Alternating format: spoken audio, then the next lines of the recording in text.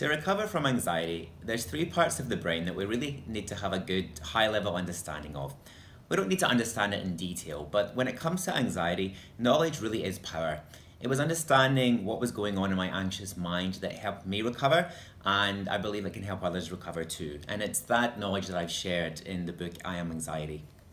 So what do we need to know about the brain? So the first part of the brain is called the amygdala. It's the part of the brain that's responsible for initiating the brain's fight or flight response. It floods the body with stress hormones, cortisol and adrenaline whenever we encounter real or perceived danger. What happens is when the amygdala does that, the more we're stressed, the more we're anxious, the better it becomes at doing it. It's like a muscle. The more we use it, the better we are at using it. So what that means is the more that we're stressed, the more that we're anxious, the better we become at being anxious. That then means that there's more neural pathways and connections in the amygdala, and ultimately, the more that we're anxious, the bigger the amygdala becomes, the better we get at being anxious, and the more anxious we are. So you can see why that starts to be a problem. The second part of the brain we need to have a basic understanding of is called the hippocampus. The hippocampus has got two main functions. Its first function is to help the body recover after a stressful situation, and it also plays a really important part in memory and learning.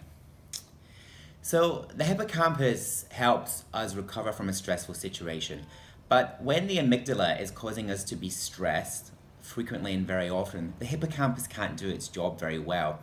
The number of neural connections in the hippocampus actually starts to decrease and it effectively gets smaller. So that means we're less able to recover from stressful situations. And also, because it plays a role in learning and memory, it means that when we're anxious and stressed, we don't remember things as well. Our mind feels a bit muddled and we get brain fog, which many people who have anxiety experience. So that's the amygdala and the hippocampus. The third part of the brain we need to have a really good understanding of, or basic understanding of from an anxiety perspective, is called the prefrontal cortex. Now the prefrontal cortex is the part of the brain that essentially makes us human.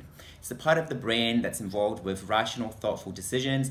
It helps us make judgments, and it helps us interact with others. It's the part of the brain that essentially makes us human.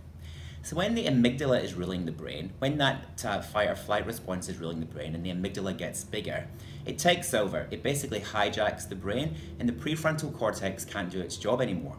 That's why when we're anxious, we don't make good decisions, we don't interact well with others, and we make poor judgments. So those are the three parts of the brain we need to have a really good understanding of. And when you start to build that knowledge, the way to break free from the anxiety cycle becomes much clearer. We start to understand what's going on in our brain and what we can do to stop that from happening. That's what I talk about in my book. That's the knowledge and information that I share on my website.